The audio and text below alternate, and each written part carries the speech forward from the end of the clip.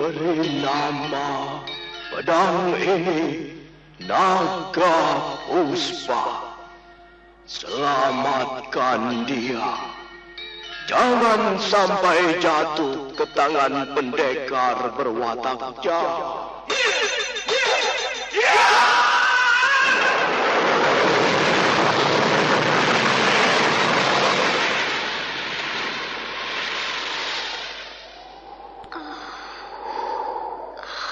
Kakang Kamandanu, kau masih juga tidak percaya bahwa aku mencintaimu. Mesin, maafkan aku, Mesin. Mesin, Mesin.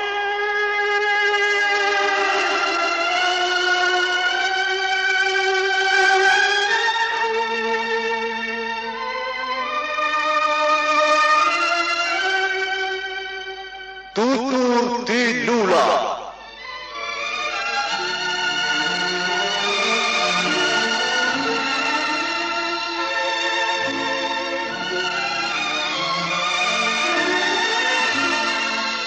Sebuah sandiwara radio serial, produksi Sanggar Cerita dan teater Sanggar Prativi. Sebuah kisah dengan latar belakang sejarah runtuhnya Singasari dan berdirinya Kerajaan Majapahit.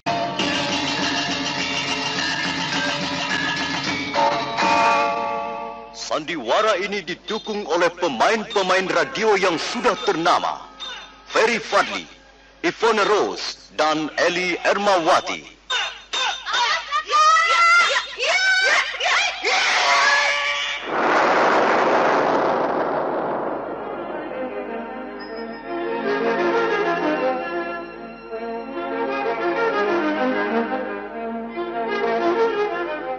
Cerita ini ditulis dan diolah oleh S. Tijab, hiasan musik dan sutradara C.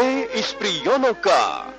Kali ini mengetengahkan episode ke-12 dengan judul Naga Puspa Kresna.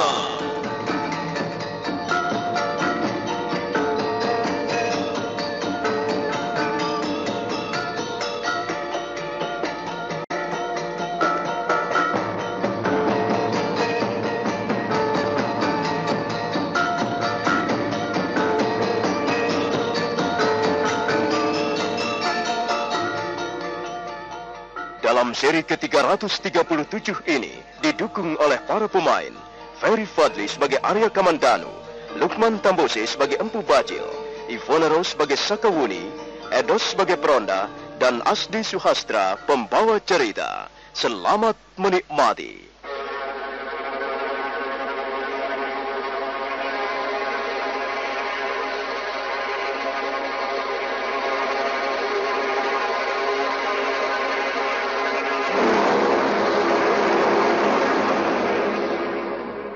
Arya Kamandanu merasa sangat penasaran. Lagi-lagi dia kehilangan jejak. Luh Jinggan lenyap bersama harimau putihnya.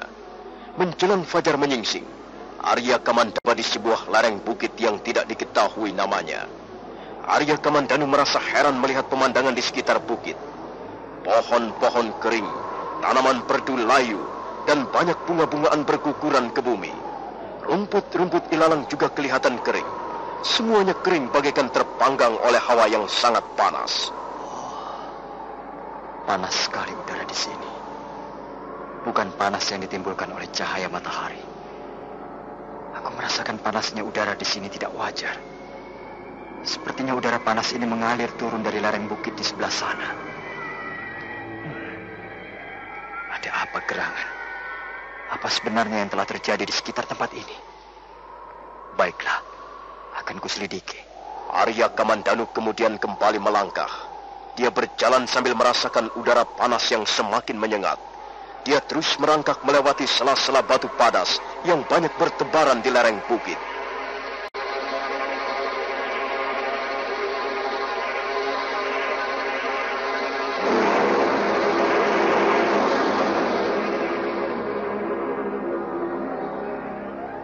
Arya Kamandanu terus merangkak ke arah lereng bukit sebelah timur. Mendadak dari kejauhan dia melihat sebuah lubang hitam yang cukup besar. Lubang itu menganga bagaikan mulut siluman yang siap menerkam mangsanya. Suasana di sekitar lubang gua bertambah parah. Banyak sekali pohon-pohon besar kering dan daun-daunan berguguran ke bumi. Batang-batang pohon itu sepertinya kosong. Arya Kamandanu semakin bertambah penasaran. Karena itu walaupun udara panas semakin bertambah menyengat, dia terus melangkah menuju ke mulut goa.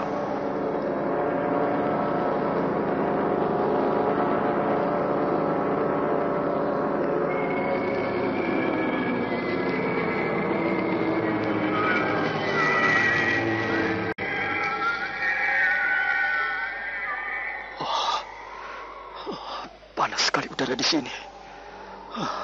Pantas kalau pohon-pohon itu mati kering. Rumput-rumputan banyak yang terbakar. Apa sebenarnya yang telah terjadi? Apakah ada dewa api turun ke bumi dan bersama di dalam gua itu?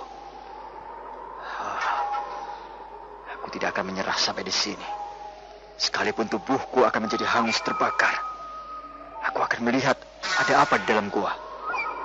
Arya Kamandanu baru saja akan melangkah menuju ke mulut gua. Mendadak tubuhnya merasakan sambaran gumpalan hawa panas. Dia membuang tubuhnya ke arah kiri, dan gumpalan hawa itu pun menerpa sebongkah batu padas. Batu padas itu pun menjadi gosong. Kurang ajar. Barangkali ini adalah pekerjaan siluman api. Aku harus berhati-hati. Barangkali aku harus menggunakan pedang naga puspa untuk menahan serangan hawa panas ini. Arya Kamandanu kemudian meraba gagang pedang naga puspa. Sekali lagi gumpalan hawa panas menyambar tubuhnya, dan kembali dia membuang tubuhnya ke arah kanan. Gumpalan hawa panas itu pun kembali menerpa bongkahan batu hingga gosong. Arya Kamandanu menjadi geram. Secepat kilat dia menarik gagang pedang naga puspa.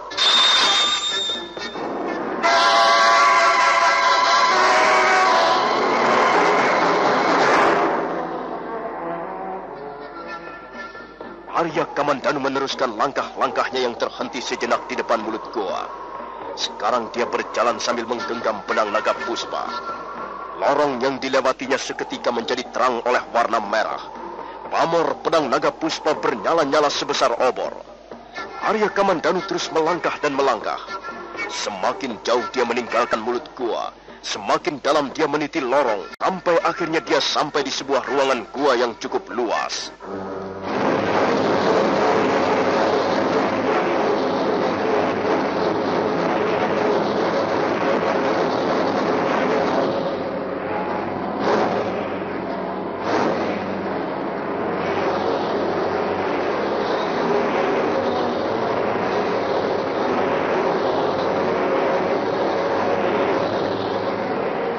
Arya Kamandanu terpana oleh pemandangan di depannya. Di atas sebongkah batu, duduk seorang manusia bersila. Manusia itu bagaikan sepotong arca besi yang berwarna kemerah-merahan.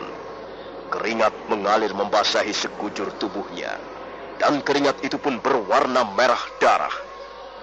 Orang itu tetap diam di tempat duduknya, sekalipun Arya Kamandanu sudah bergerak semakin dekat. Ia jagat Dewa Batara. Rupanya ada seorang apa sedang menjalankan dharmanya di dalam gua ini. Maafkan atas kelancanganku, wahai Pertapa. Sama sekali aku tidak bermaksud mengganggumu. Aku hanyalah seorang yang tersesat jalan. Nah, Pertapa, aku tidak bisa lama-lama berada di tempat ini. Maaf, kalau kehadiranku telah mengganggu ketenanganmu. Aku mohon diri. Arya Kamandanu baru saja akan membalikkan tubuhnya ketika mendadak laki-laki yang tengah duduk bersila itu berdiri dan menghantam dengan telapak tangan kanannya. Ya!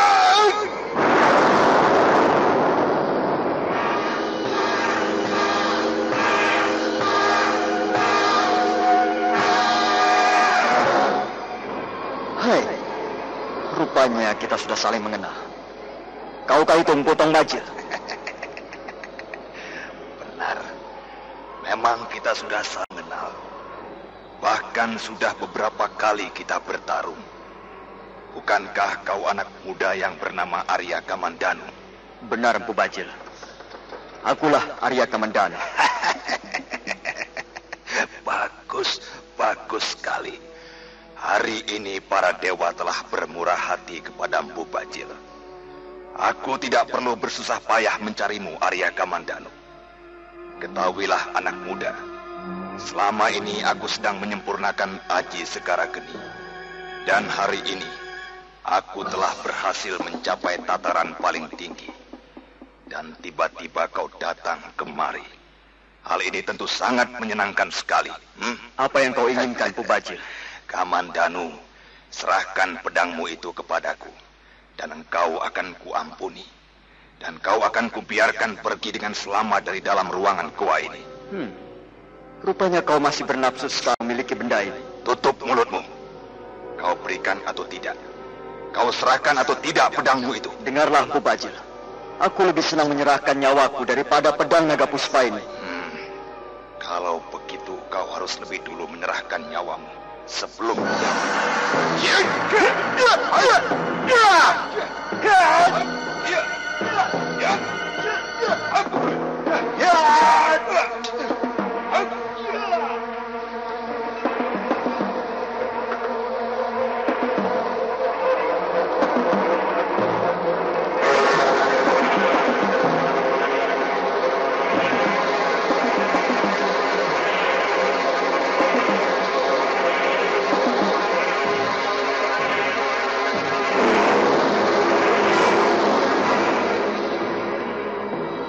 Bajil segera menyerbu.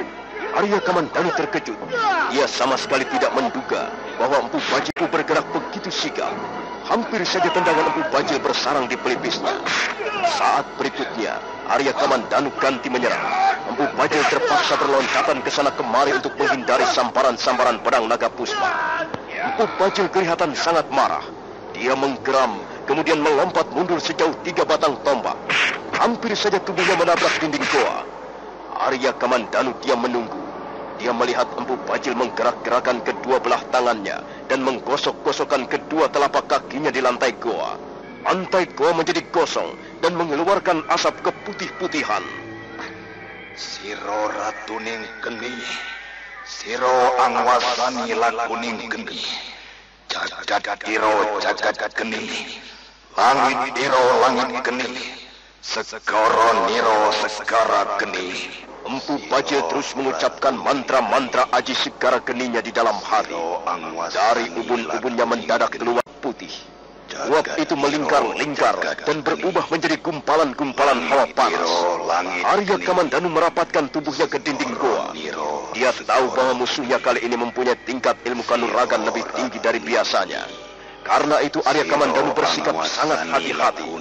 Dia merasa rugi untuk bertarung di dalam ruangan goa yang sempit. Karena itu dia bermaksud mencari tempat yang lebih lega.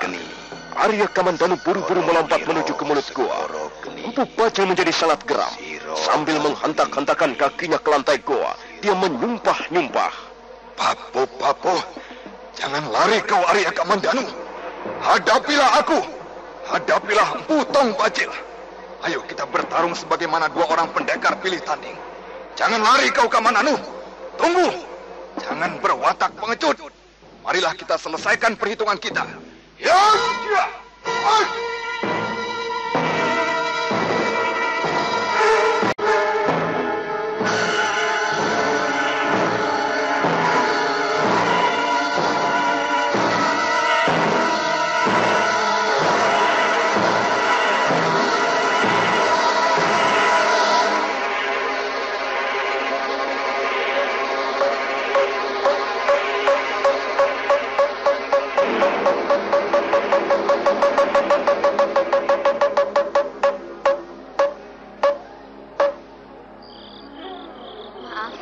Bolehkah saya menanyakan sesuatu?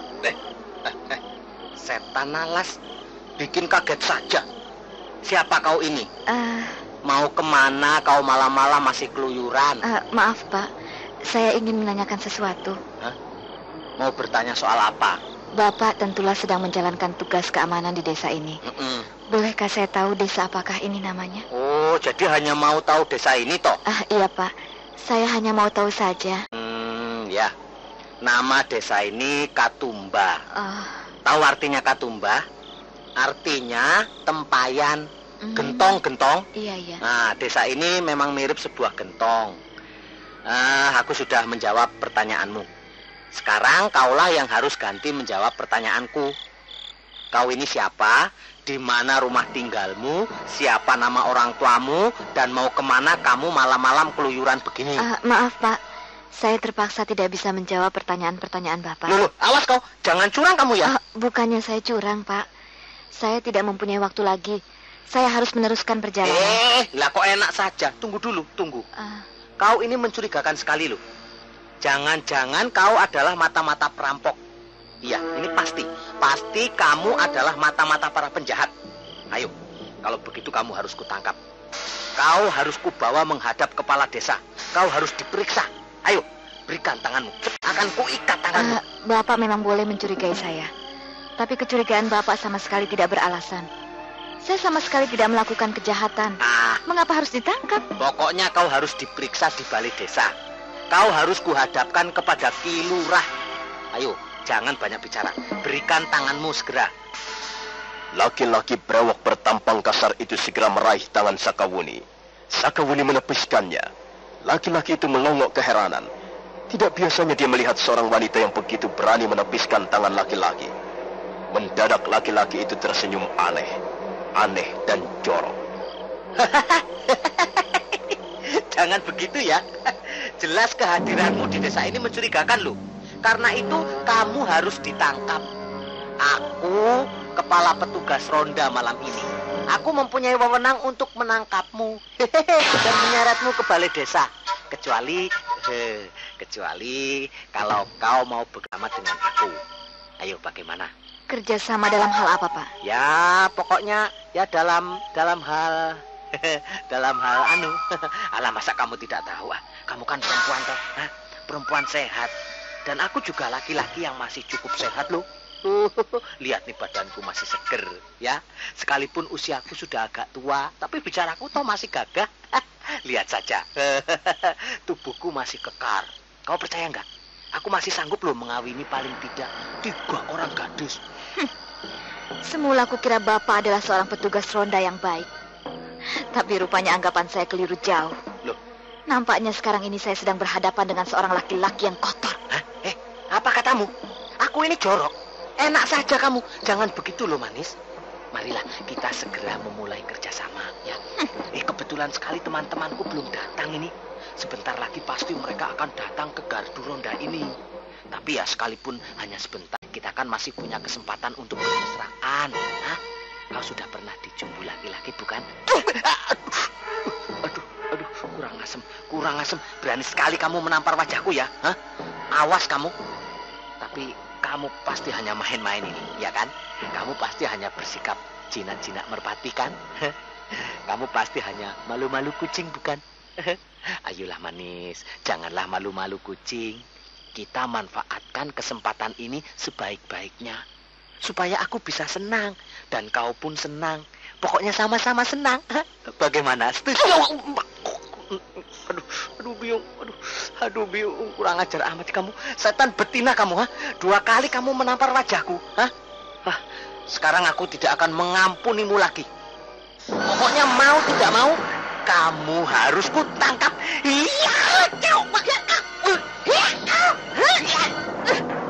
Aduh, biung, sakitnya. Aduh, lepaskan aku, lepaskan tanganku. Ya, rasakan. Aduh, tanganku jangan dipelintir begitu tanganku, nanti patah. Aduh, ampun.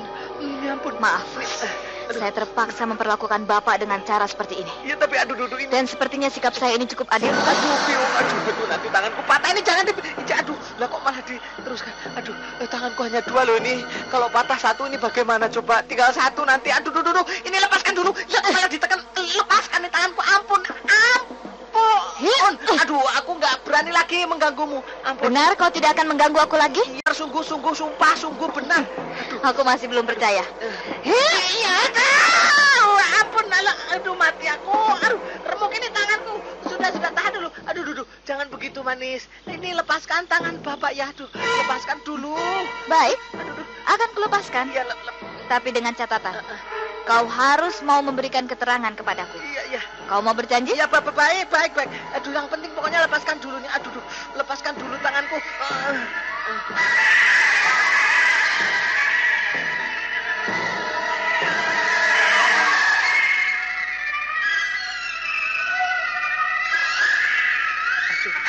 masih sakit tanganku.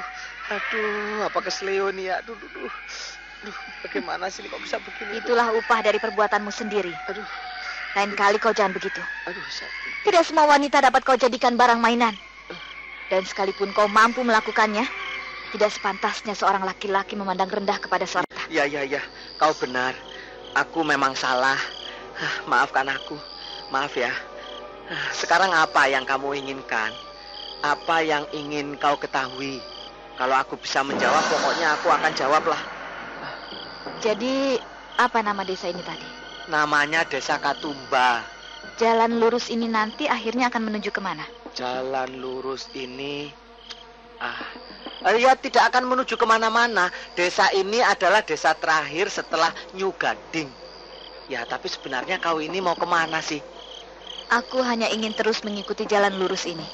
Aku tidak peduli akan sampai di mana. Oh, jangan kataku, pokoknya jangan ya. Jangan terus ke sana. Berbahaya sekali. Kenapa?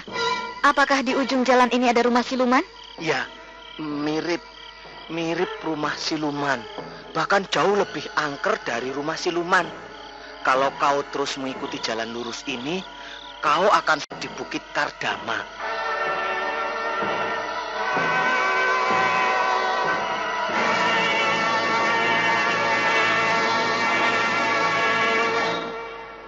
Memang benar apa yang dikatakan laki-laki petugas ronda itu. Jalanan lurus itu menuju ke Bukit Kardama. Kardama artinya kotoran, noda atau najis.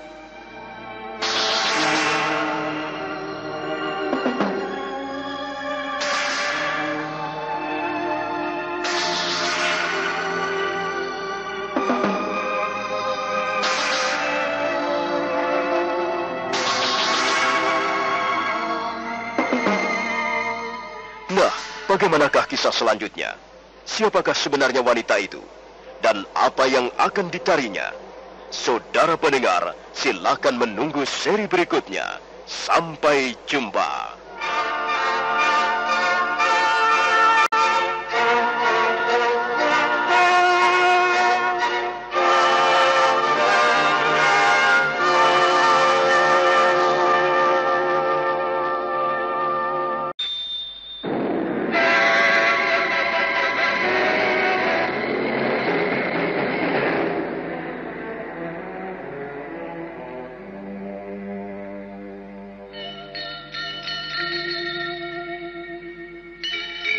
Beri nama pedang ini Naga Puspa. Selamatkan dia. Jangan sampai jatuh ke tangan pendekar berwatak jahat.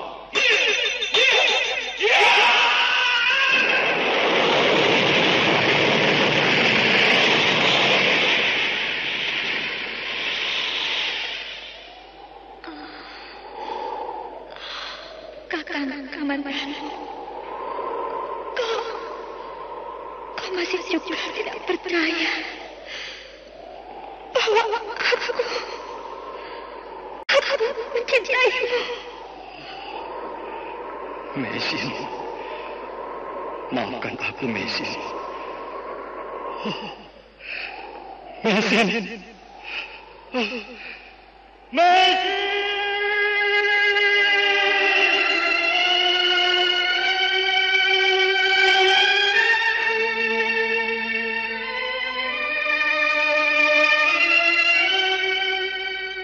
Tutur Kidula.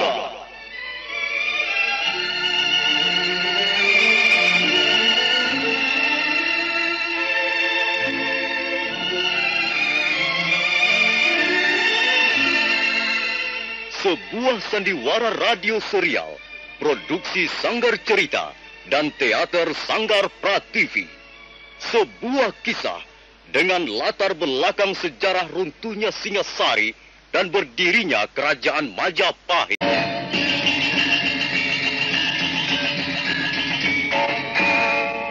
Sandiwara ini didukung oleh pemain-pemain radio yang sudah ternama. Ferry Fadli, Ivone Rose, dan Eli Ermawati.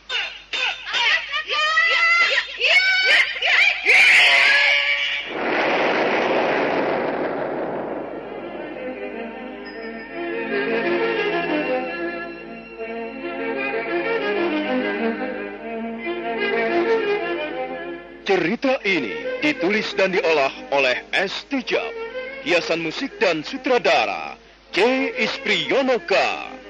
Kali ini mengetengahkan episode ke-12 dengan judul Naga Puspa Kresna.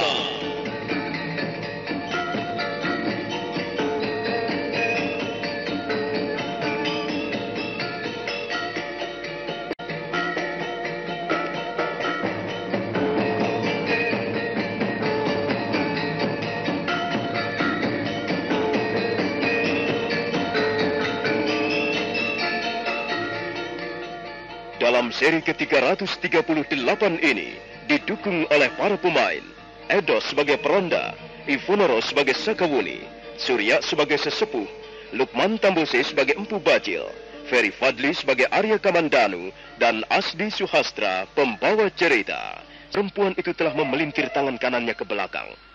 Akhirnya laki-laki petugas ronda itu mengesalah. Dia bersedia menjawab dan memberikan keterangan yang diperlukan oleh perempuan itu. Perempuan itu yang tak lain adalah Sakawuni, menanyakan perihal jalan lurus yang penuh batu-batuan, yang merupakan jalan satu-satunya di desa Katumba. Jalan lurus ini menuju ke sebuah bukit. Lihatlah, nih lihat telunjukku ini. Nah, di sanalah letak bukit itu. Bukit apa itu namanya, Pak? Bukit Kardama. Ah, aneh sekali nama bukit itu. Ya, itu ada sejarahnya. Kardama artinya kotoran, noda begitu, atau najis. Bagaimana sejarah nama bukit itu? Dan kita bisa melihat apa di sana? Kita tidak bisa melihat apa-apa kecuali gundukan-gundukan batu padas yang kering kerontang. Bukit itu seperti bukit mati, bukit maut. Kalau kau ingin ke sana, lebih baik batalkan saja niatmu itu. Ini hanya saranku loh. Iya, terima kasih Anu, Pak. Barangkali maksudmu baik, tapi sayang sekali. Aku justru ingin pergi ke atas puncak Bukit Kardama. Oh, jangan. Percayalah, jangan pergi ke sana. Kami nih ya, orang-orang di desa ini, bahkan orang-orang dari desa lain, tidak akan pernah menyaba bukit itu. Tidak akan pernah ada yang pergi menjamahnya. Mungkin bukit itu dihuni siluman atau hantu, atau makhluk-makhluk halus yang lain? Ya, saya rasa begitulah. Sudah banyak yang membuktikannya. Ada 3 orang dari desa Katumba ini pergi ke puncak bukit ya untuk mencari batu-batu kapur. Tapi entahlah, mereka tiba-tiba lenyap begitu saja. Tidak ada bekasnya. Barangkali mereka telah dimangsa oleh siluman penunggu bukit itu. Mengerikan sekali. Iya, karena itu ya, ikutilah saranku. Jangan pergi ke sana. Nah, lebih baik kau menginap saja di desa ini. Kalau kau pergi ke desa Lambang Sari atau desa Watu Papak, kau bisa meneruskan perjalananmu besok pagi saja. Kau bisa mengambil jalan lain. Ya, sekalipun jalan itu agak memutar, tapi cukup aman loh. Kau tidak perlu melewati kaki bukit itu. Maaf, Bapak tadi mengatakan bahwa nama bukit itu ada sejarahnya. Boleh aku mendengarnya? Mengapa bukit itu bisa dinamakan Kardama, yang artinya kotoran atau noda? Ya, baiklah. Akan kuceritakan.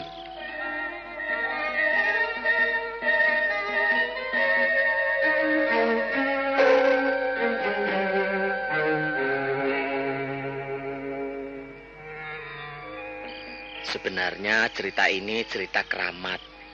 Cerita yang ditabuhkan. Tapi karena kau mendesak juga, ya baiklah akan kuceritakan. Asal-usul bukit itu bersumber ya pada kisah cinta antara 2 orang anak remaja. Dulu pada zaman dulu gitu, kira-kira 100 tahun yang lalu, Ya, demikianlah cerita orang-orang tua. Di desa Katumba ini ada 2 orang remaja yang tengah berkasih-kasihan. Jatuh cinta begitu. Nah, remaja laki-laki adalah anak kepala desa. Sedangkan remaja perempuannya anak warga desa biasa. Lah suatu ketika mereka tergelincir ketika sedang berkasih-kasihan itu. Mereka terjebak oleh nafsu. Dan mereka telah melakukan perbuatan yang sangat hina, yang merupakan pantangan besar di desa kami. Kau tahu kan apa yang kumaksudkan? Iya, tentu saja aku tahu. Lalu bagaimana sikap warga desa ini, Pak? Ya, begitulah. Mereka marah sekali. Kepala desa tidak berbuat apa-apa. Kedua anak remaja itu pun diarak, dibawa berkeliling desa, dan tubuhnya dibuat, ya maaf ngomong, dibuat telanjang bulat. Ya, mereka menjadi tontonan warga desa beramai-ramai. Warga desa memukul tabu-tabuan sambil mengejek kedua remaja itu.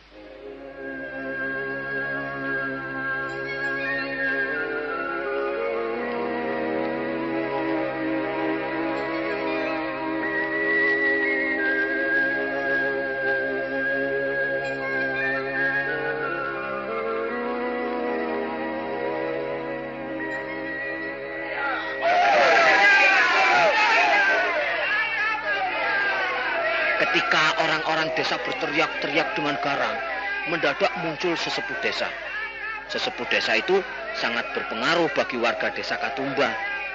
Pokoknya segala perkataannya akan dituruti. Segala petuah dan nasihat-nasihatnya akan diikuti.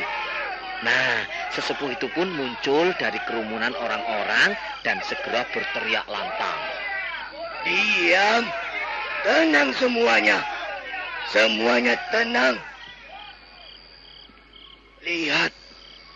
Lihat 2 anak manusia ini. Mereka telah membuat desa kita tercemar oleh kotoran. Mereka telah membuat desa kita dilumuri kardama. Mereka telah membuat hati kita menjadi tidak bersih lagi. Perbuatan mereka benar-benar terkutuk dan pasti akan dikutuk oleh para dewa. Perbuatan mereka akan membuat nasib seluruh warga desa ini sial. Karena itu perbuatan mereka harus mendapat hukuman yang setimpal. Tidak. Hukuman itu masih terlalu ringan untuk mengganjar perbuatan mereka. Dengar semuanya. Aku adalah sesepuh desa ini. Kalau kalian masih mau percaya padaku, kalian masih menganggapku sebagai pembimbing kalian, maka kalian harus menuruti apa yang menjadi keputusanku. 2 manusia ini telah melakukan perbuatan kotor di desa kita. Dan perbuatannya itu jelas akan membuat desa kita tercemar untuk selama-lamanya. Kecuali jika mereka memperoleh ganjaran hukuman yang setimpal. Sekarang dengarkan. Dengarkan wahai manusia-manusia terkutuk. Dengarkan apa yang akan kami putuskan untuk mengganjar perbuatan kalian. Laki-laki ini adalah kotor. Dan perempuan ini adalah kotor. Mereka berdua sama-sama kotornya. Karena itu, mereka berdua harus menanggung seluruh perbuatannya yang kotor yang akan membuat kerugian kita bersama. Ayo, 2 orang ini harus dipaksa untuk saling memakan kotoran mereka. Cepat lakukan. Mereka harus membuang kotoran dan saling menukarnya untuk kemudian saling memakannya.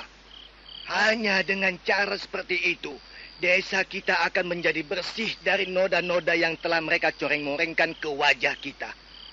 Cepat lakukan. Ayo. Kalian semuanya paksa mereka membuang kotoran. Dan paksa mereka saling memakan kotoran mereka. Cepat lakukan.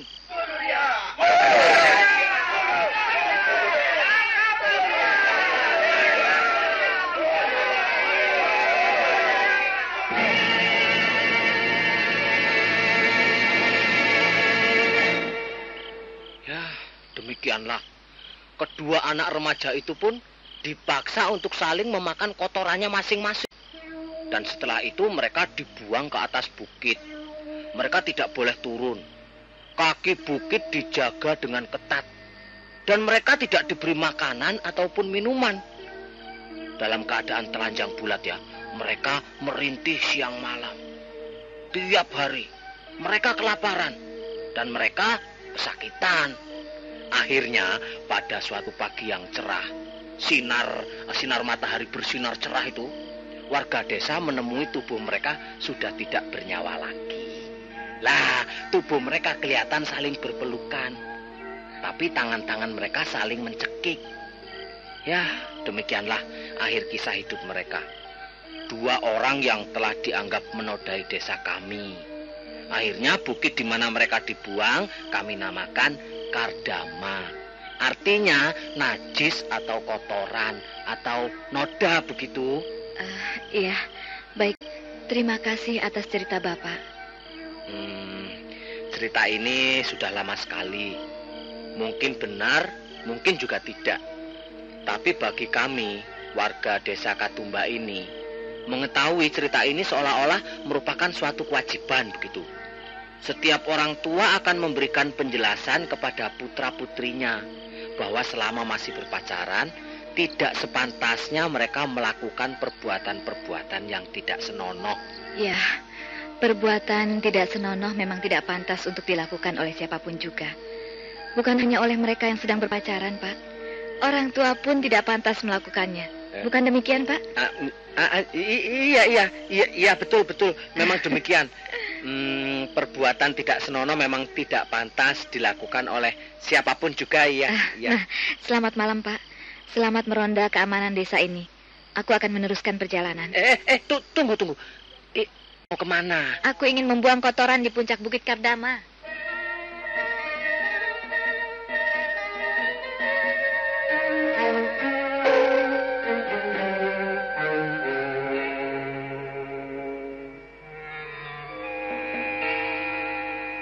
Sakawuni segera melompat dan tubuhnya lenyap di telan kegelapan. Dia terus melangkah setengah berlari menuruti jalanan berbatu. Sebentar kemudian dia sudah tiba di kaki Bukit Kardama. Dia istirahat sebentar, kemudian melanjutkan perjalanan ke arah lereng bukit. Fajar telah menyingsing ketika Sakawuni mulai menapak di atas lereng. Perlahan-lahan hari menjadi terang. Memang aneh sekali bukit ini. Tapi tidak cocok dengan namanya. Aku sama sekali tidak melihat kotoran apapun juga di atas lereng bukit ini. Dan bukit ini cukup bersih. Tapi aku melihatlah gejala keganjilan. Ya, rasanya aneh sekali. Mengapa udara yang bertiup terasa panas? Bukankah seharusnya pagi ini terasa sejuk? Jangan-jangan di sekitar tempat ini terdapat sumber air panas. Mengapa pohon-pohon besar itu meranggas? Tidak selembar pun daun bergantung di atas rantingnya. Apa sebenarnya yang sedang terjadi di atas bukit ini? Suara apa itu tadi? Sepertinya suara tanah longsor. Coba, akan aku lihat. Sakawuni lalu melompat di sela-sela celah-celah batu padas. Sebentar kemudian tubuhnya sudah lenyap di balik gundukan-gundukan batu padas.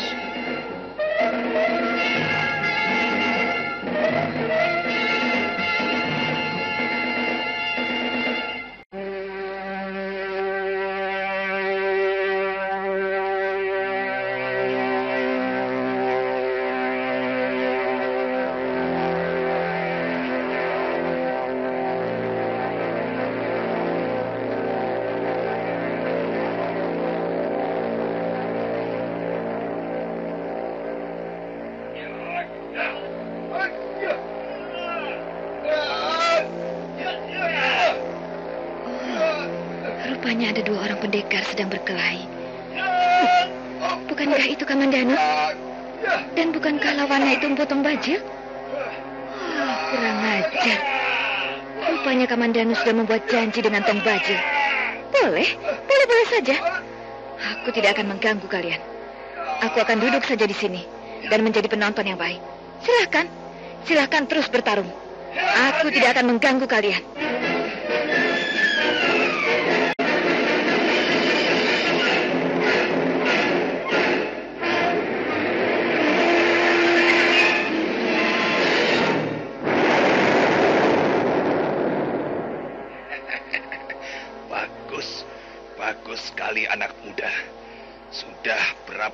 sekali kau dapat menyelamatkan jiwamu dari sergapan-sergapan Aji Segarageni. Aku tahu, Mpu Bajil. Kau telah berhasil meningkatkan kemampuanmu. Tapi bukan berarti kau akan dapat dengan mudah merobohkanku. Kau harus bekerja keras jika ingin mengalahkan aku. Kau masih tetap saja sombong. Sekarang lihat, aku tidak akan lagi memberimu kesempatan untuk berlompatan ke sana kemari. Kau sudah membuat hatiku sakit, Kamandanu. Tahukah kau telah menghancurkan tongkat pencabut roh milikku. Dan untuk itu aku tidak akan pernah mengampuni kesalahanmu. Sekarang lihat anak muda.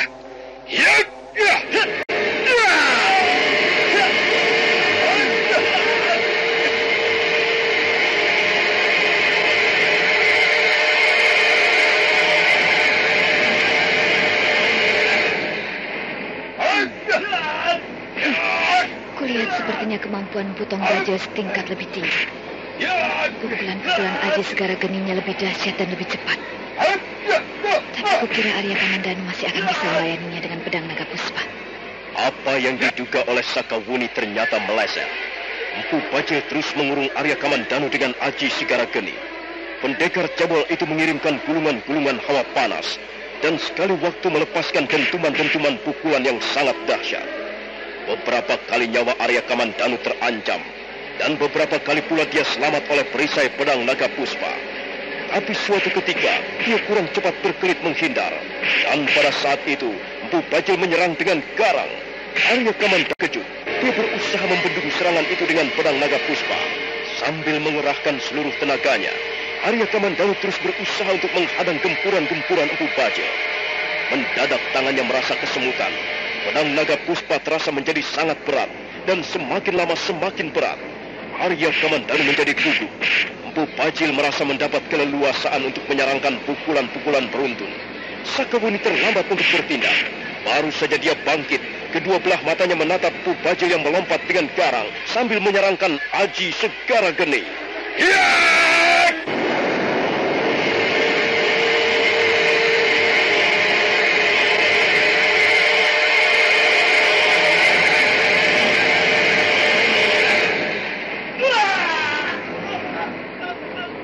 Tubuh Arya Kamandanu bergoyang-goyang.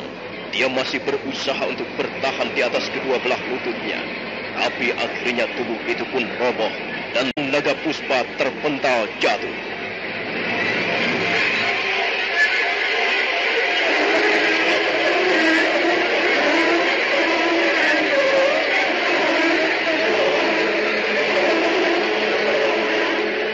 Mpu Bajil merasa sangat kegirangan. Dia buru-buru melompat untuk memungut pedang naga puspa. Sementara Arya Kamandanu tergeletak di atas sebongkah batu yang dikelilingi oleh semak belukar kering. Sakawuni belum berani untuk bangkit. Dia tetap di tempat persembunyiannya. Dia ingin tahu perkembangannya lebih lanjut. Apa kataku, anak muda? Suatu ketika aku pasti bisa merebut pedangmu ini. Dan sekarang inilah buktinya. Kau dapat kurobohkan, dan pedangmu berhasil kurebut. Sekarang pedang ini menjadi milikku. Menjadi milik Mpu Bajil untuk selama-lamanya. Tapi aku masih belum puas. Mungkin sekarang ini kau masih bernapas. Sekalipun napasmu kembang kempis, aku tetap belum puas jika belum sampai membunuhmu, anak muda. Tiba-tiba Mpu Bajil merasa tangannya gemetaran. Dia merasakan ada tenaga gaib yang sangat dahsyat memancar dari tubuh pedang. Dan tenaga gaib itu mulai menghisap kekuatannya. Makin lama makin besar dan makin besar. Mpu Bajil menjadi gelagapan dan kebingungan. Untuk sesaat lamanya dia hanya berdiri dalam keadaan tegang. Sementara tangan kanannya terus bergetar. Makin lama makin hebat. Wajah Mpu Bajil pun kemudian menjadi berubah kemerah-merahan. Ada apa dengan benda ini? Kurang ajar. Benda ini seperti bernyawa. Benda ini seperti hidup. Dia telah menyedot kekuatanku. Kurang ajar. Benda ini mengajakku bertarung. Baik, aku tidak akan menyentuh saja. Benda ini harus dapat kutaklukkan. Kekuatannya semakin lama semakin dahsyat. Bagaimana ini? Aku tidak mungkin terus-menerus bertahan. Oh, tidak. Benda ini bisa membunuhku. Oh, pedang iblis, pedang laknat, oh, pedang jahanam. Ya. Ya. Mampus kau pedang jahanam. Ya.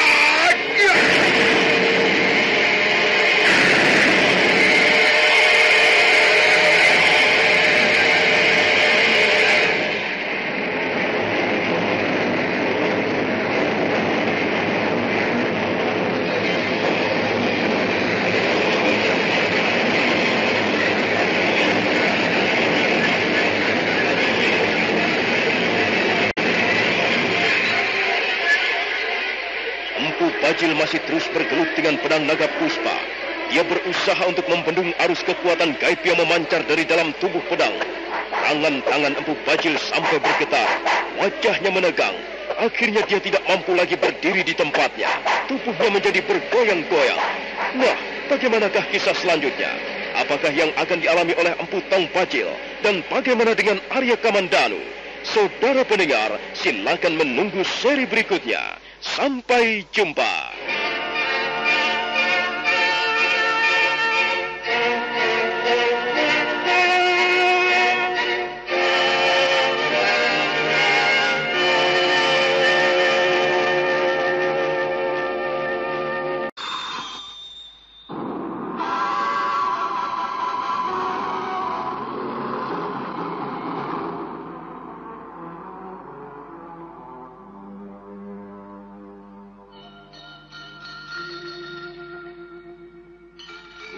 Beri nama pedang ini Naga Puspa.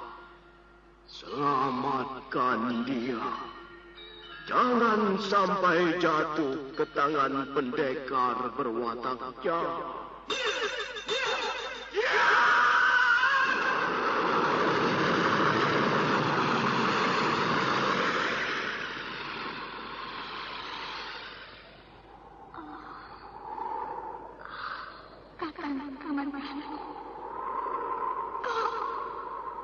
Kau masih juga tidak percaya bahwa aku mencintaimu. Mesin, maafkan aku, Mesin. Mesin, Mesin.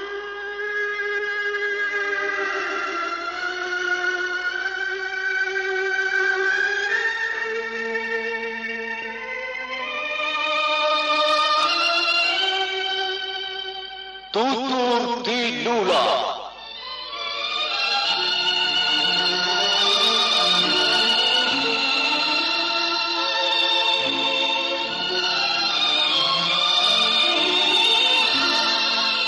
Sebuah sandiwara radio serial, produksi Sanggar Cerita dan Teater Sanggar Prativi. Sebuah kisah dengan latar belakang sejarah runtuhnya Singasari dan berdirinya Kerajaan Majapahit.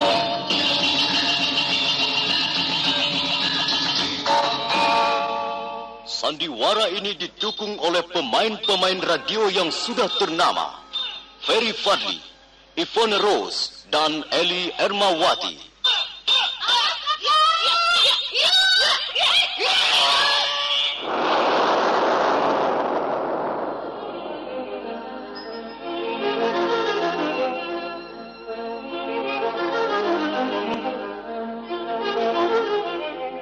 Cerita ini ditulis dan diolah oleh S. Tijab, hiasan musik dan sutradara C.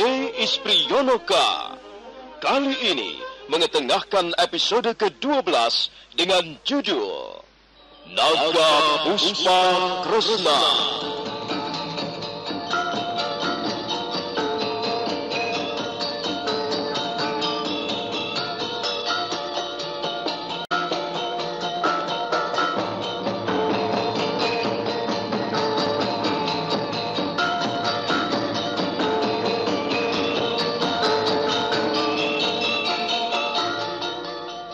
Dalam seri ke-339 ini didukung oleh para pemain Lukman Tambosi sebagai Empu Bajil, M. Abud sebagai Arya Dwi Pangga, Ivonero sebagai Sakawuni, Ferry Fadli sebagai Arya Kamandanu, dan Asdi Suhastra pembawa cerita. Selamat menikmati.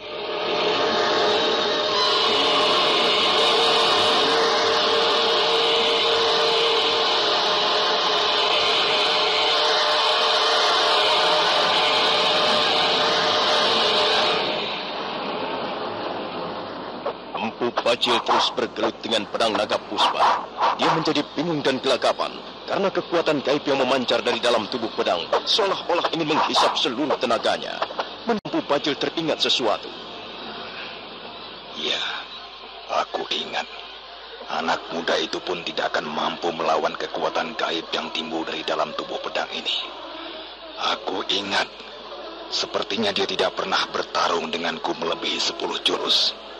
Dan setiap kali dia selalu memasukkan kembali pedang naga puspa ini ke dalam warangkanya. Barulah kulihat anak muda itu tenang. Mungkin itulah rahasianya. Kalau begitu, aku harus segera mengambil warangka pedang. Sambil terus bergelut melawan kekuatan gaib pedang naga puspa, Empu Bajil melompat ke arah Arya Kamandanu.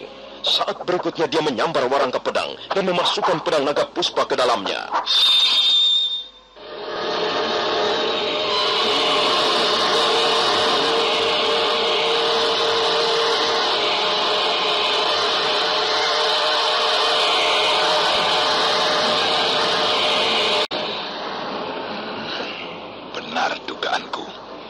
Kuncinya adalah warangka pedang. Pedang ini memang tidak boleh terlalu lama di luar sarungnya. Pantas anak muda itu selalu membatasi diri setiap kali bertarung denganku. Sepertinya dia hanya berani bertarung tidak melebihi dari 10 jurus. Pantas dia kabur-kaburan. Rupanya dia tidak akan mampu memainkan jurus-jurus pedang melebihi dari takarannya. Kamandanu, mampuslah kau sekarang. Apa yang bisa kau katakan sekarang ini? Lihat saja, kau sudah berhasil kurobohkan. Itu sebagai bukti bahwa Empu Bajil lebih unggul. Empu Bajil lebih hebat. Sekarang kau tidak pantas untuk menyombongkan dirimu di depanku, anak muda. Tentu saja tidak. Bagaimana bisa menyombongkan dirimu kalau sebentar lagi tubuhmu akan lumat oleh aji Segara Geni?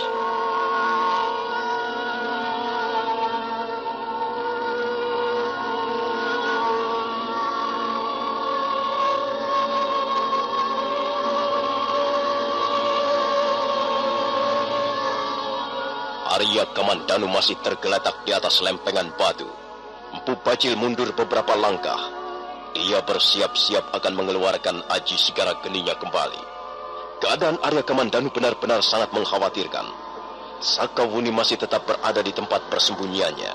Dia merasa sangat was-was, tapi dia pun tidak mampu berbuat apa-apa. Untuk melawan Empu Bajil seorang diri adalah pekerjaan yang sia-sia. Dia masih mengharapkan bahwa Arya Kamandanu tetap hidup, dan dia sudah bersiap-siap untuk menolong menyembuhkan luka-lukanya. Demikianlah harapannya. Tapi melihat Empu Bajil sudah kembali menyiapkan Segara Geni, maka Sakawuni tidak mempunyai pilihan lain lagi. Dia memutuskan untuk nekat menghadapi Empu Bajil seorang diri. Tapi belum sampai Sakawuni bangkit dari tempat persembunyiannya, ketika mendadak terdengar suara seorang laki-laki melantunkan bait-bait syair. Oh, sungguh elok wajah dunia ini. Garundaya melayang-layang di atas pohon. Katakah si budak jantan berseru-seru. Kataki si budak betina tersipu-sipu. Dan mulailah kisah tentang diri manusia pada. Angin berhembus menerbangkan pikiran-pikiran kalut. Mega-mega putih menjelma menjadi khayalan indah. Orang-orang bekerja sambil mencari arti kebahagiaan.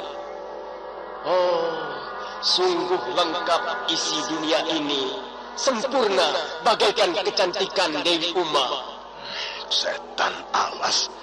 Siapa itu yang membacakan syair-syair gemplung? Hanya orang sinting membaca syair pada hari-hari begini. Ayo, tunjukkanlah wajahmu, hai penyair gemplung. Perlihatkanlah dirimu, wahai penyair Sinting.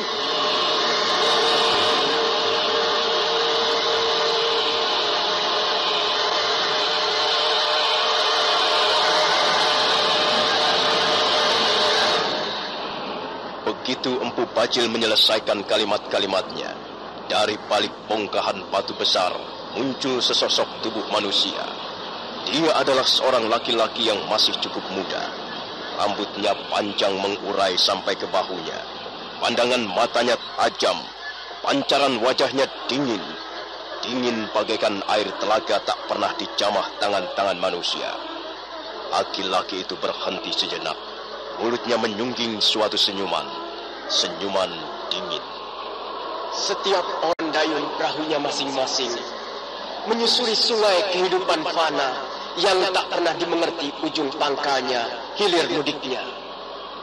Mereka tertawa di atas perahu, bercanda di atas perahu, beranak pinak di atas perahu, dan meregang nyawa sendirian hanya berteman bayangan-bayangan palsu. Hentikan!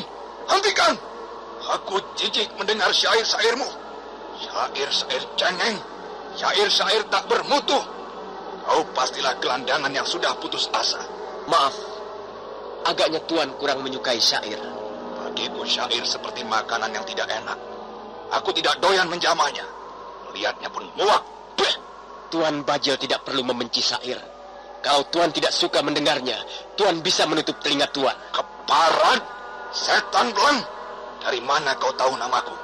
Bukankah Tuan Bajil adalah seorang pendekar ternama? Tentu saja aku mengenal Tuan. Dan lagi ciri-ciri tubuh Tuan sungguh mudah untuk diingat. Persetan dengan apa yang kau katakan. Kalau kau masih juga berdiri di situ, nasibmu akan celaka. Aku tidak akan membuang-buang waktuku. Nampaknya Tuan Bajil terburu-buru.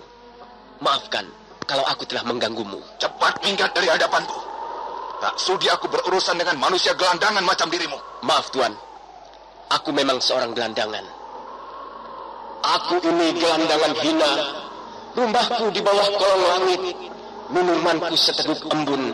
Makananku sepotong dahan kering. Hai, gelandangan Sinting. Masih juga kau berdiri di situ? Aku sudah memberimu peringatan.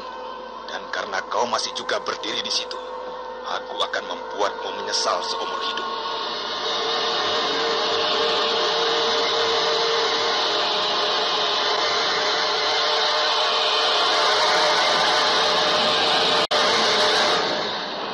Empu Bajil segera melompat mundur. Kedua belah lengannya dikibas-kibaskan, dan kedua belah telapak kakinya digosok-gosokkan ke tanah.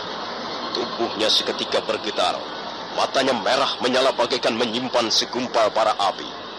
Empu Bajil memang sudah tak dapat lagi mengendalikan dirinya. Dia bermaksud memusnahkan laki-laki penyair dengan aji Sigara Geni. Tapi laki-laki penyair nampaknya tidak tinggal diam. Dia pun segera melompat mundur. Dan selanjutnya, laki-laki itu berteriak lantang melantunkan bait-bait syair mengerikan. Aku datang dari balik dunia kegelapan. Aku terbang dengan sayap-sayap ajaib. Aku terbang di atas samudera darah. Lihatlah, lihatlah. Kan ku buat isi dunia ini berwarna merah. Ya!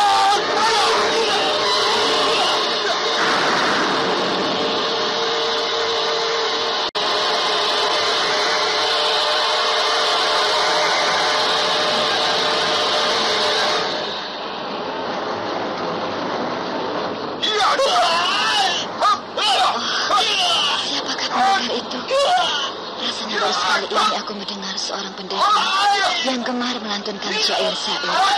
Tapi nampaknya dia mempunyai kemampuan ilmu kanuragan yang cukup tinggi. Kira-kira pertarungan mereka cukup seimbang. Memang benar pendapat Sakawuni yang masih tetap mendekam di balik rumpun semak belukar. Pertarungan antara Empu Bajil dan pendekar aneh itu berjalan cukup seimbang.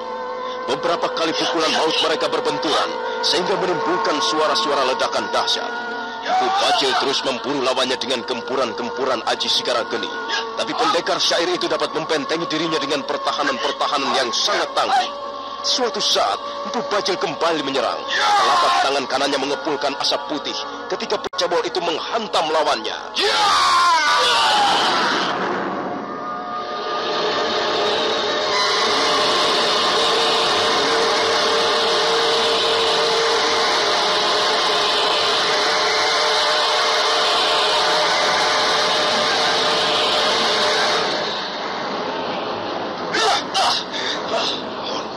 Baik, rupanya kau mempunyai simpanan ilmu juga.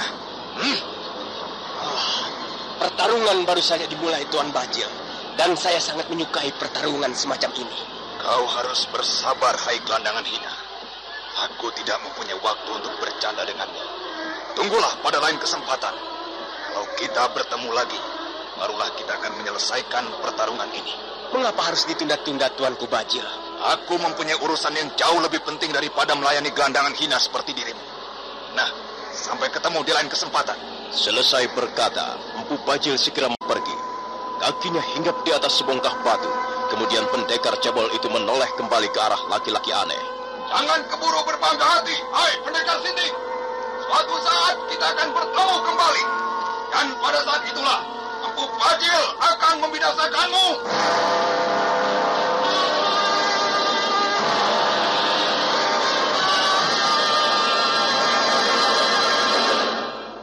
Pendekar aneh itu hanya tersenyum tipis mendengar teriakan-teriakan Empu Bajil. Dia sama sekali tidak berusaha untuk mengejar. Dan Empu Bajil pun segera melesat sekencang-kencangnya, berlari meninggalkan lereng Bukit Kardama. Pendekar aneh itu masih tetap berdiri di tempat semula. Pedangnya yang juga berbentuk aneh, seperti 2 buah bulan kembar, masih belum disentuh sama sekali. Sepasang pedang itu bergelantungan di pinggangnya ketika si pendekar aneh melangkah mendekati Arya Kamandanu yang masih tergeletak di atas semak belukar. Pendekar aneh berdiri sesaat sambil menatap ke arah tubuh Arya Kamandanu yang masih juga belum bergerak. Dia kelihatan termenung sejurus lamanya, tapi mendadak dia membalikkan tubuhnya, dan selanjutnya pendekar aneh itu melangkah perlahan-lahan meninggalkan lereng Bukit Kardama. Ketika tubuh pendekar itu lenyap di balik bongkahan-bongkahan batu padas, Sakawuni barulah menyembulkan tubuhnya dari balik semak belukar, kemudian berjalan perlahan-lahan mendekati Arya Kamandanu.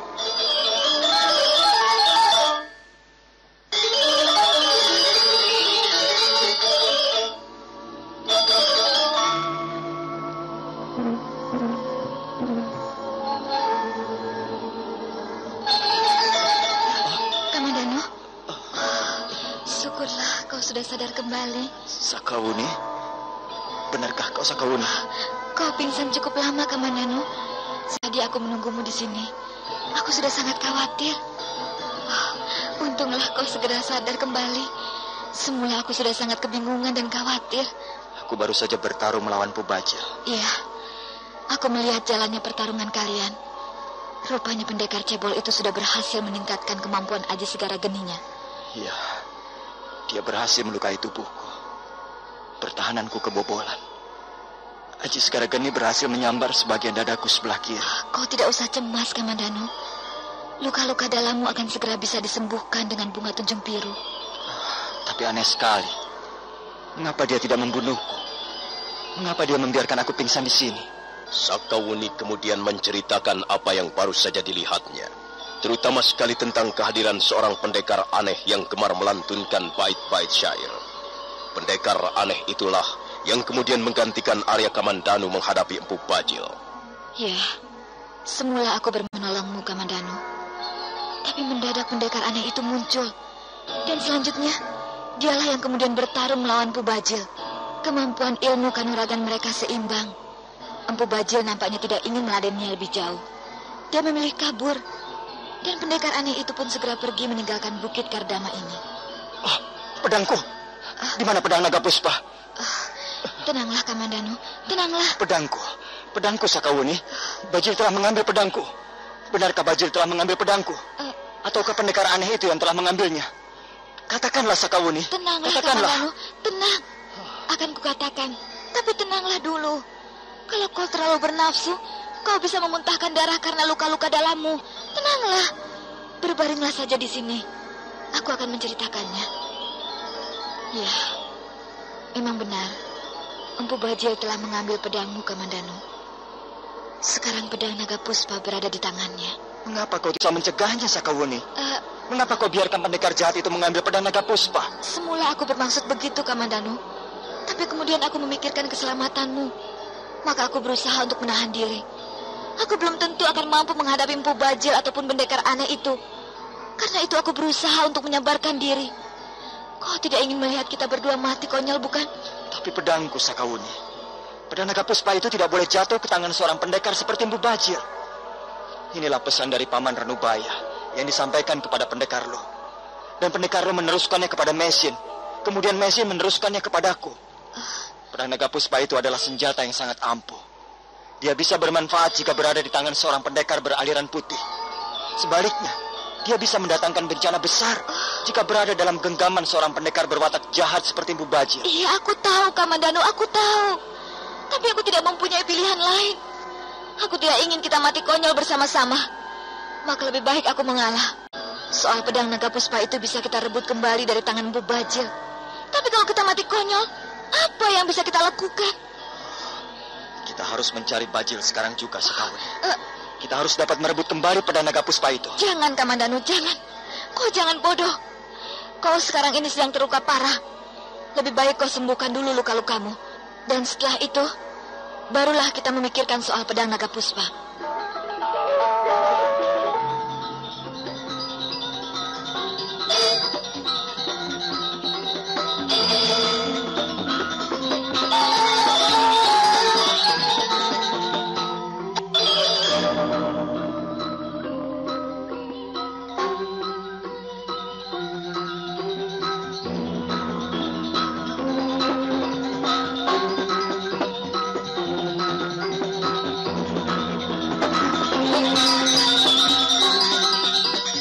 Sakawuni dapat pujuk Arya Kamandanu agar jangan menuruti hawa nafsunya. Akhirnya Arya Kamandanu menurut. Luka-lukanya memang harus diobati lebih dulu. Sakawuni menggunakan bunga tunjung biru untuk menyembuhkan luka-luka dalam yang diderita Arya Kamandanu. Mereka berdua selama 2 hari 2 malam tinggal di lereng Bukit Kardama. Menjelang hari yang ketiga, ketika cahaya matahari mulai memancar di ufuk timur, dan lereng Bukit Kardama perlahan-lahan mulai terang, Arya Kamandanu bangun dari tidurnya dan merasakan tubuhnya sudah agak segar. Bagaimana keadaanmu, Kamandanu? Kulihat tidurmu nyenyak sekali semalam. Iya, aku merasa lebih segar sekarang. Lalu apa rencana kita selanjutnya, Bumi? Kalau kita langsung memburu Mpu Bajil ke sarangnya, kupikir hal itu merupakan tindakan yang sembrono. Iya, aku pun berpikir begitu. Kemampuan Mpu Bajil sekarang ini sudah setingkat lebih tinggi dibandingkan kemampuan yang kita berdua bisa terbunuh oleh Aji Segara Geni. Apakah kau tidak ingin kembali ke Bukit Kurawan menemui Paman Wirot? Tidak, Wuni. Tak ada manfaatnya kita menggali batu-batuan itu. Sekalipun kita dapat mengeluarkan lempengan-lempengan batu bergambar, masih tetap ada rahasia yang belum bisa kita pahami. Lalu apa yang bisa kita lakukan? Lebih baik kita ke desa Kedung Peluk.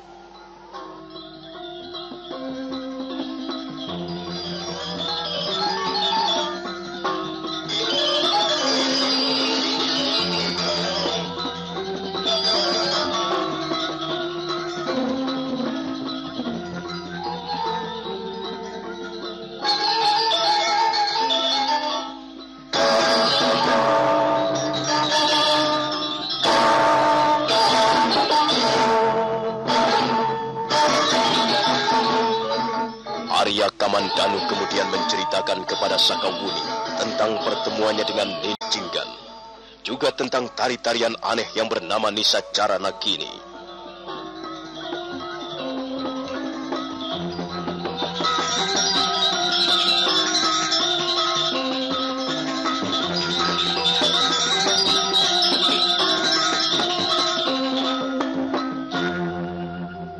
Nah, saudara pendengar, bagaimanakah kisah selanjutnya?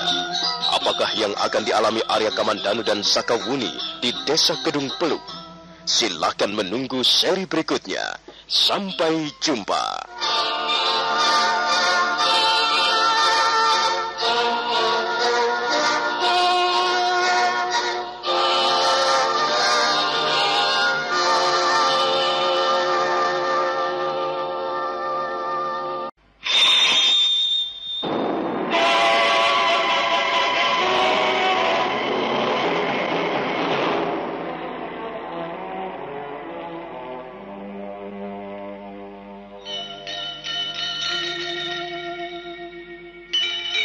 Beri nama pedang ini Naga Puspa, selamatkan dia. Jangan sampai jatuh ke tangan pendekar berwatak jahat.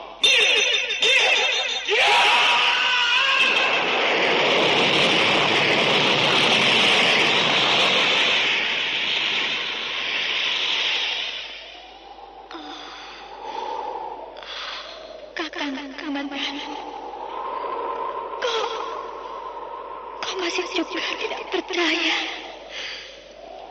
bahwa aku mencintaimu. Maisin, maafkan aku, Maisin. Maisin.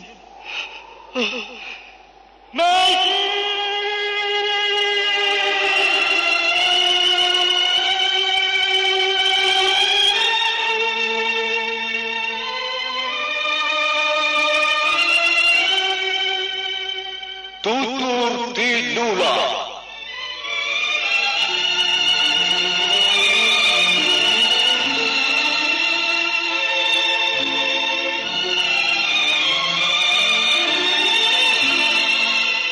Sebuah sandiwara radio serial, produksi Sanggar Cerita dan Teater Sanggar Prativi.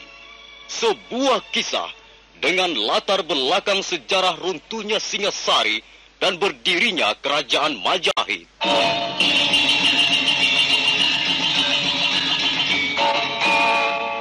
Sandiwara ini didukung oleh pemain-pemain radio yang sudah ternama, Ferry Fadli, Ivone Rose, dan Eli Ermawati.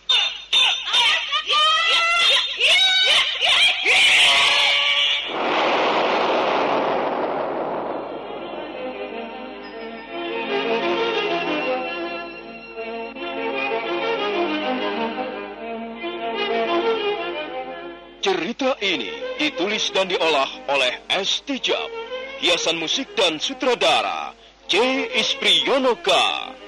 Kali ini mengetengahkan episode ke-12 dengan judul Naga Puspa Kresna.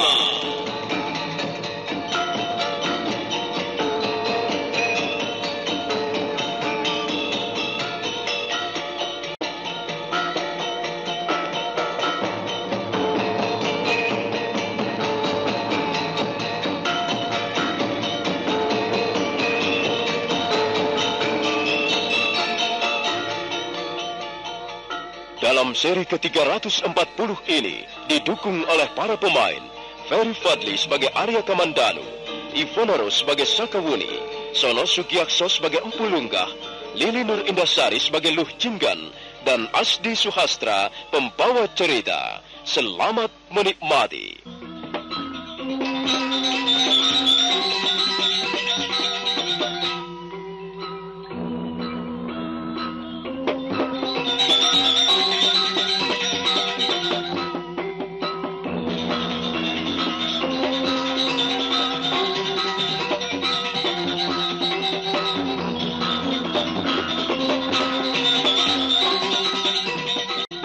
Sakawuni mengobati luka-luka dalam Arya Kamandanu dengan bunga tunjung biru. Setelah 2 hari 2 malam berada di lereng Bukit Kardama, tubuh Arya Kamandanu terasa lebih segar. Sakawuni berhasil membujuk Arya Kamandanu agar untuk sementara melupakan pedang naga puspa yang dibawa kabur oleh Empu Tong Bajil. Aku menyesal sekali. Mengapa pedang itu sampai jatuh ke tangan Pubajil? Kau tidak perlu menyesal, Kamandanu. Bagaimana aku tidak menyesal, Wuni? Aku telah melalaikan tugasku menjaga pedang pusaka itu. Aku telah mengecewakan almarhum Pendekar Lo dan almarhum guruku Paman Ranubaya. Kau sudah berusaha menjaga dan merawat pedang pusaka itu dengan baik, Kamandanu. Kau tidak perlu menyesal. Kukira soal pedang itu bisa kita rebut kembali dari tangan Pubajil. Tapi, ya, tentu saja tidak sekarang. Lalu apa yang bisa kita lakukan sekarang? Kau mengatakan bahwa kau ingin pergi ke desa Kedung Peluk. Ada apa di desa itu?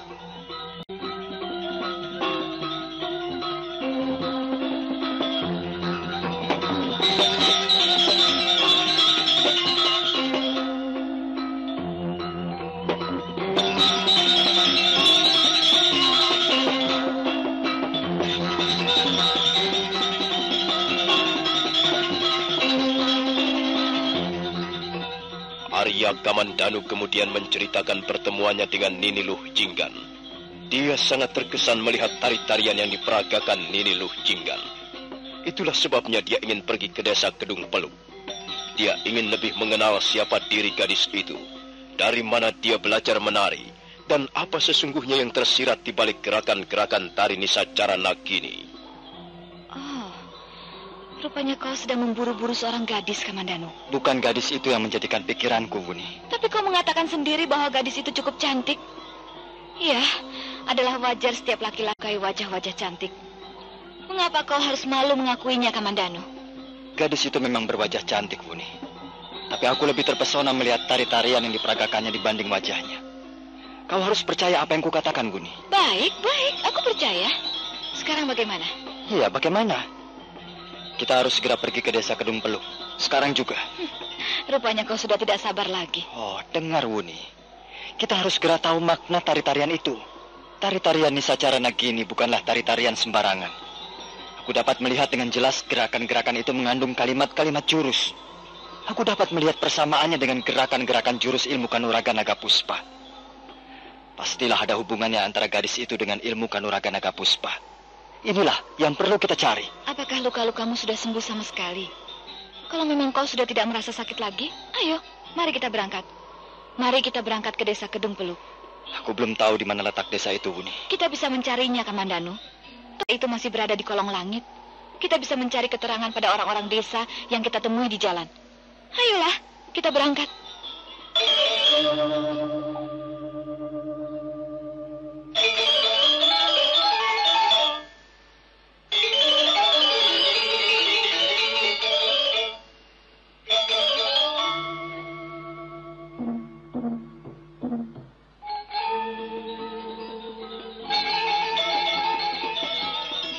Desa Kedung Peluk ternyata letaknya cukup jauh. Telah 2 hari 2 malam Arya Kamandanu dan Sakawuni meninggalkan lereng Bukit Kardama. Menurut keterangan seorang warga desa yang mereka temui di jalan, desa Kedung Peluk letaknya di hulu sungai Kapulungan. Pada hari yang ketiga mereka bergegas berjalan meninggalkan lereng Gunung Welirang. Mereka memutar ke arah timur laut Gunung Welirang. Menjelang tengah hari, mereka pun tiba di tepian sungai Kapulungan. Kita tidak bisa jalan terus, Wuni. Kita terhalang oleh sungai.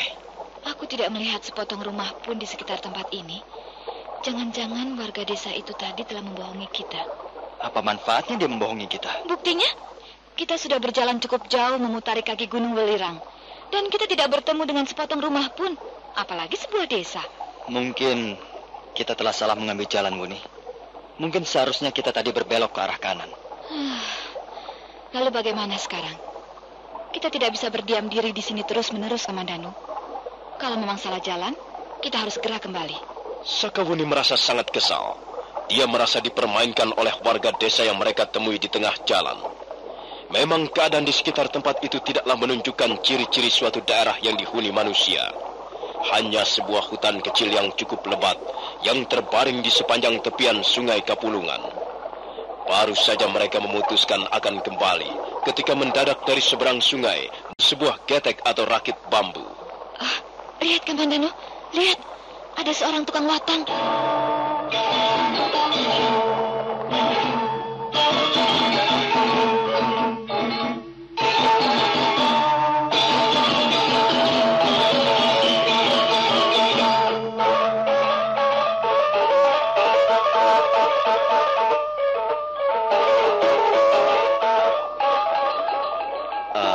Maaf, Bapak. Kami berdua bermaksud pergi ke desa Kedung Peluk. Dapatkah Bapak menunjukkan di mana letaknya desa itu? Siapakah Angger berdua ini? Dan ada maksud apa Angger berdua ingin mengunjungi desa Kedung Peluk? Kami datang dari jauh, dari kota Majapahit, Pak. Benar, Bapak. Kami mempunyai sedikit urusan di desa Kedung Peluk. Apakah Angger berdua ingin menemui seseorang di sana? Benar, Bapak. Dia bernama Nini Luh Jinggan. Mungkin Bapak mengenalnya? Tidak. Sayang sekali. Saya tidak mengenalnya. Apakah memang benar-benar dia tinggal di desa Kedung Peluk? Iya, kabarnya begitu. Kami mendapat keterangan dari warga desa Nyugading bahwa rumah tinggal Nini Luh Jinggan di desa Kedung Peluk. Sepertinya Angger mempunyai urusan yang sangat penting dengan Nini Luh Jinggan itu. Hal ini bisa dikatakan penting, bisa juga tidak, Pak. Yang penting sekarang ini kami ingin menemuinya. Kalau Bapak tahu, tolong antarkan kami ke rumah tinggalnya. Maaf, saya terpaksa tidak dapat memenuhi keinginan Angger. Tapi saya dapat membawa Angger ke seberang sungai. Desa Kedung Peluk terletak di seberang sungai Kapulungan ini. Ayo, naiklah Angger berdua. Saya akan membawa Angger berdua ke seberang sungai. Arya Kamandanu dan Sakawuni segera naik ke atas getek atau rakit bambu. Rakit bambu itu hanya terdiri dari 10 potong bambu yang diikat berjajar. Dan sebentar kemudian, si tukang watang telah mengayuh rakit bambunya menuju. Getek terus meluncur perlahan-lahan membelah air sungai. Si tukang watang, laki-laki yang sudah cukup tua usianya itu, mengayuh getek dengan dayung yang terbuat dari sepotong kayu. Si tukang watang kelihatan sangat tenang, duduk di bagian ujung, mengayuh getek sambil mendengarkan sebuah kidungan. Jelajah dunia ini sampai pojok-pojoknya, jungkir balikkan bumi seisinya, bongkarlah punggung gunung welirang, aduklah isi perut lautan.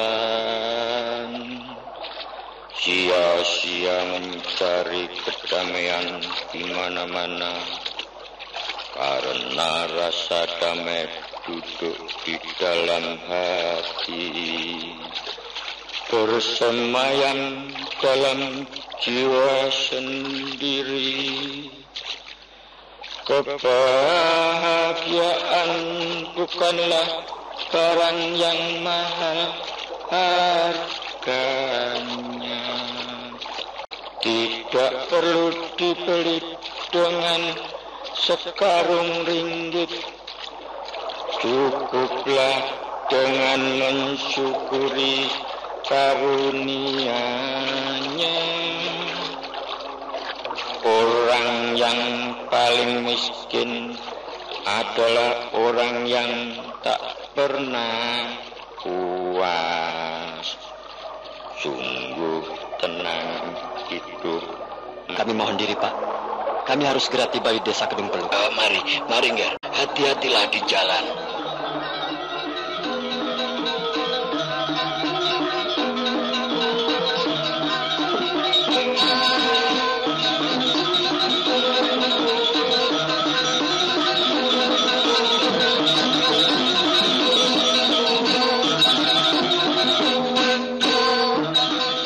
Kau melihat sesuatu yang aneh pada diri orang itu tadi, Wuni? Tentu saja, Kamandanu.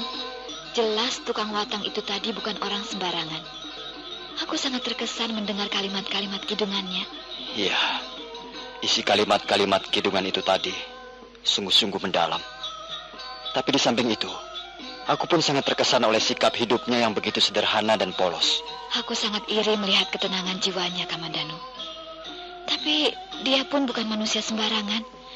Kukira dia mempunyai kesaktian yang cukup tinggi. Dia mampu mendayung getek membelah air sungai dalam keadaan lurus, tidak sedikit pun terpengaruh arus sungai yang deras. Orang seperti itu jarang kita jumpai di zaman sekarang ini, Wuni. Mungkin saja dia seorang pertapa sakti yang menyamar sebagai tukang getek. Sudahlah, Kamandanu. Lebih baik kita meneruskan perjalanan. Oh, lihat, Wuni, lihat. Ada seekor harimau putih. Kau lihat tidak? Oh, iya, aku melihatnya. Aku melihat bayangan putih sebesar anak kerbau melintas di atas semak belukar. Harimau itulah yang kuceritakan kepadamu, Wuni. Harimau putih itu bernama Jamantara. Dia sudah akrab sekali dengan Nini Luh Jinggan. Aku belum bisa mempercayai kata-katamu, Kamandanu. Mungkin saja kau salah lihat. Tidak, Wuni. Aku tidak salah lihat. Aku melihat sendiri dengan mata kepalaku sendiri. Nini Luh Jinggan bercakap-cakap dengan seekor harimau putih. Bahkan kemudian aku melihat gadis itu naik ke atas punggung harimau putih itu. Kemudian mereka berlari bagaikan terbang. Aku sudah berusaha mengejar dengan seluruh kemampuanku. Tapi mereka bagaikan lenyap di telan bumi. Dengar, Wuni. Pastilah Nini Lucinggan tidak jauh berada di sekitar tempat ini. Oh, lihat Kamandano, lihat. Harimau itu melongokkan kepalanya dari balik rumpun semak belukar. Lihat, dia memandang kemari. Dia menatap ke arah kita. Sepertinya dia tidak bersikap bermusuhan dengan kita. Dia hanya memandang kepada kita. Mungkin dia ingin memberikan isyarat kepada kita di mana Nini Lucinggan. Dia sudah pergi, Kamandano. Dia melompati sebuah rumpun belukar, kemudian dia berlari ke arah sana. Ayo, kita kejar, Wuni. Ayo kita ikuti kemana larinya binatang itu.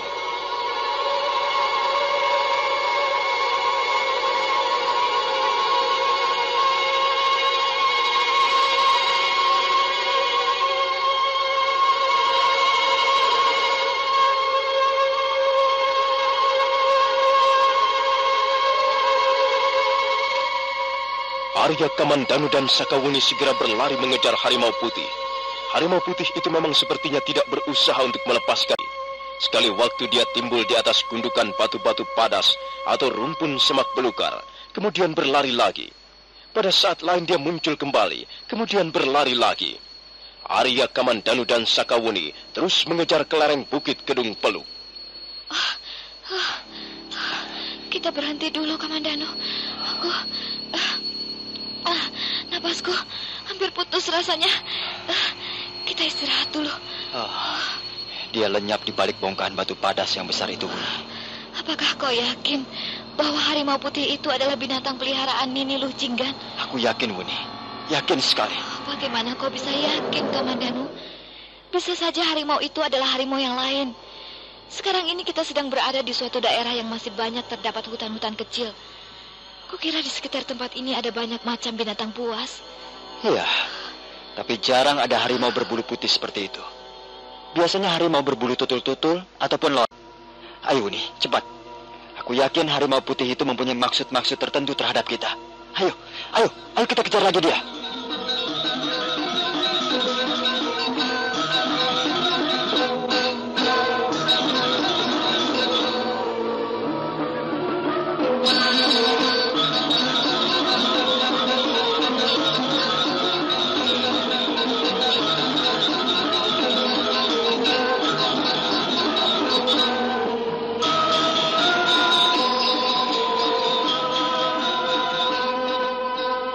Kembali Arya Kamandanu dan Sakawuni mengejar harimau putih. Setelah beberapa saat lamanya mengejar, mereka tiba di sebuah dataran yang agak luas.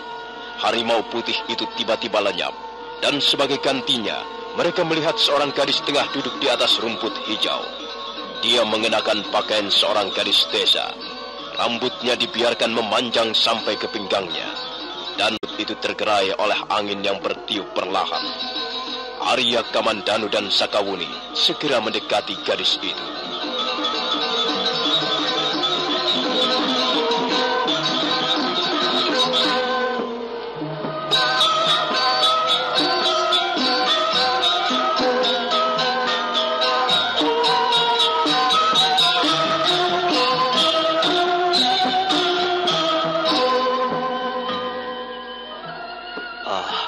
Maaf.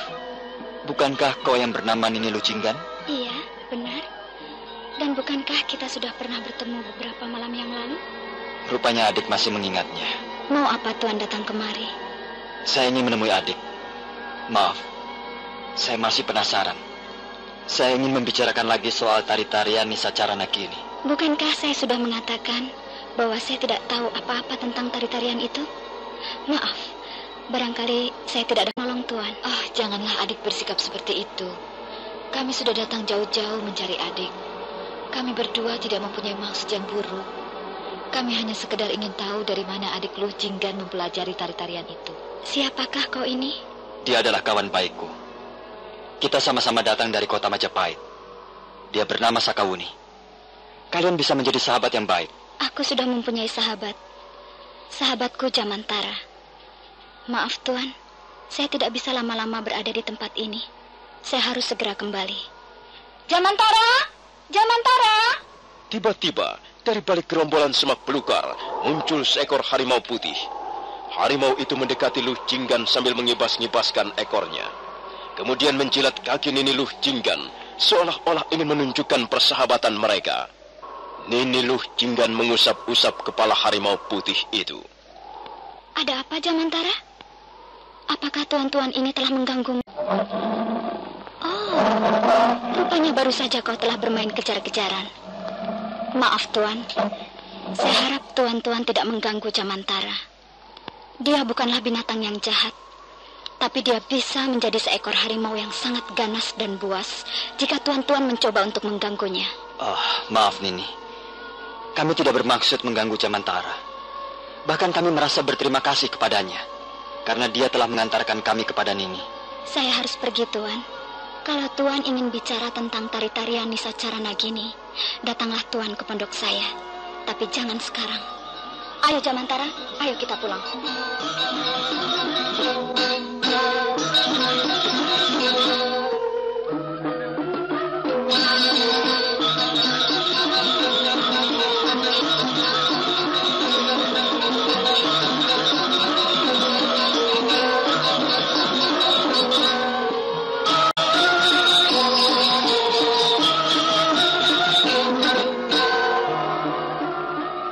Jamantara, harimau putih itu segera mendekam. Nini Luh Jinggan naik ke atas punggungnya, dan harimau putih itu segera bangkit kembali.